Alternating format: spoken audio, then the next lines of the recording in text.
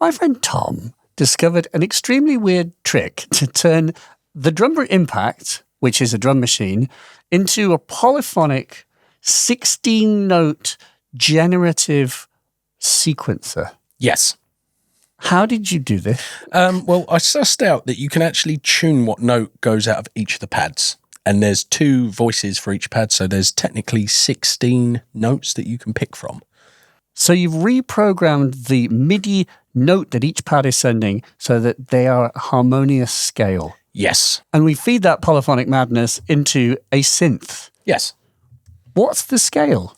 I've done like a C minor with one sort of like jazzy inflection in there just to throw it off. Can we hear it? Yes, so... So we're hearing the Hydra synth, we're playing MIDI over, and then, of course, you've got a drum machine sequencer. Yes. With, like, probability and different lengths per step. What happens next? Shall I program some notes? Yeah. Yes. So I'm going to go into step mode and just do the first channel. So, this won't sound particularly interesting to start, but...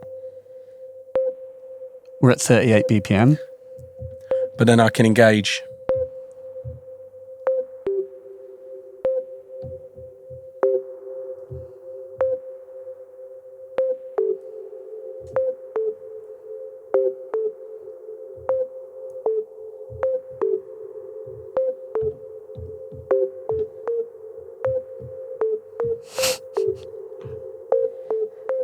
So we've got something, kind of video gamey basic, but you get the idea. So that's 5 pads sending out those notes that are forced to that scale. Now you tune the notes in the MIDI control center. You basically pick a number between 0 and 127 to basically identify what notes they are. And I've picked the ones in the C minor scale. So one of the lesser known things about the drum root impact is actually this thing here called Polyrhythm. Now this is really powerful because it lets you basically set a different length for each of the tracks. So you can see that this track here is running at 16 steps. Actually, now running at 16 steps. So you hold the last step, I can now make that 12. Okay? And then I can start doing that with the rest of them. Give them like little odd measures and that kind of thing. So each of the lanes of sequencing is going to be a different length, and then they're therefore going to phase against each other. Yeah. So ever evolving. So with this kind of setup, I reckon we'll probably, it won't repeat for...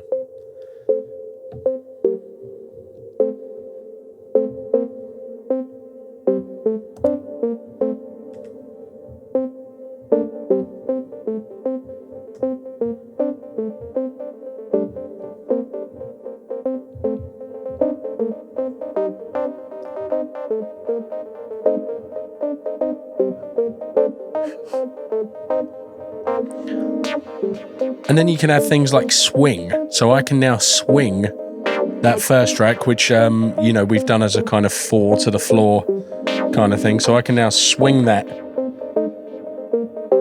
independent to the rest. Oh, that's cool. So you have swing on each lane. Yeah. Oh, cool. What does it sound like if you swing some other ones to? Well, let's dial something in on this last track.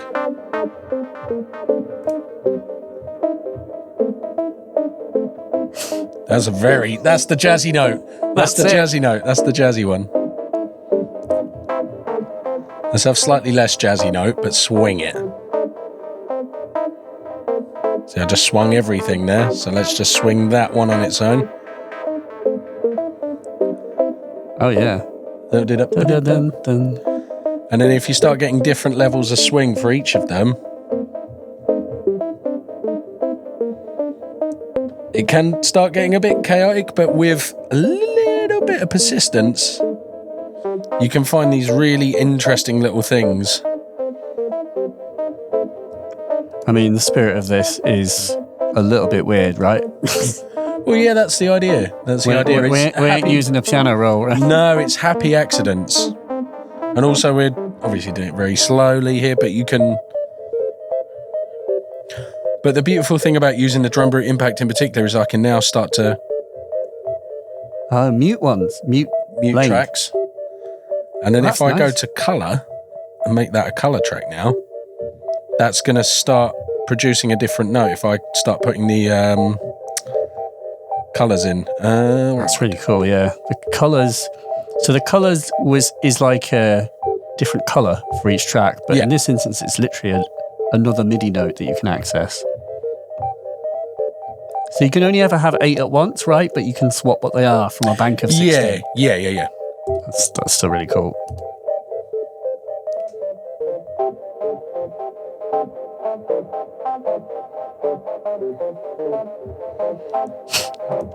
So it does get, as I say, gets quite experimental. Oh, yeah, it's quite weird. But you could clock this super slow, put a bit of attack on it, and just ambient it out. Let's find that Jazzy one, take her out.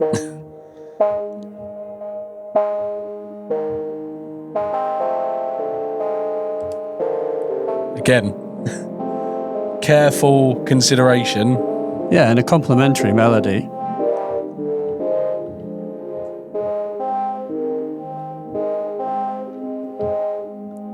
ABR, right?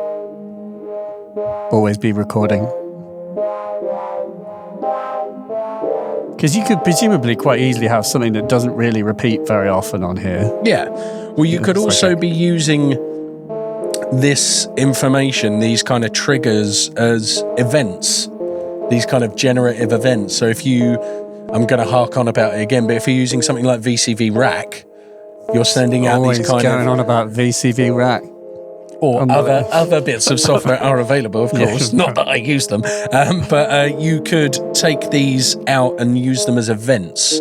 Yeah. So they could just be on messages. So we're using them as notes, but you could just be using these kind of polyrhythmic probabilities. Yeah, there's something like VCV. You could be using that to turn on whole system. Mute things or switch lanes that things are being sent down. Or, Go a bit faster on our BPM, a BPM.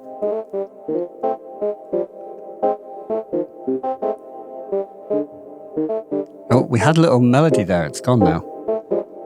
We'll never find it again. No, I know. Yeah. It's the spirit of it. Enjoy it while it lasted.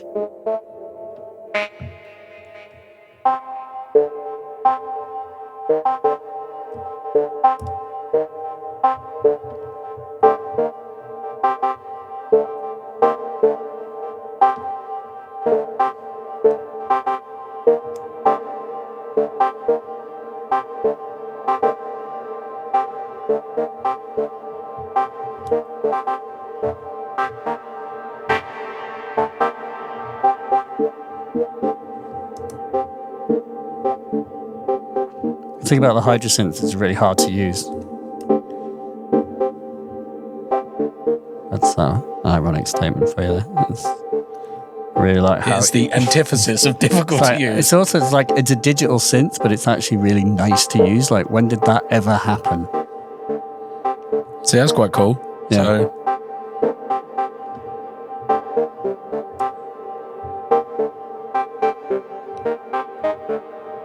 oh, yeah.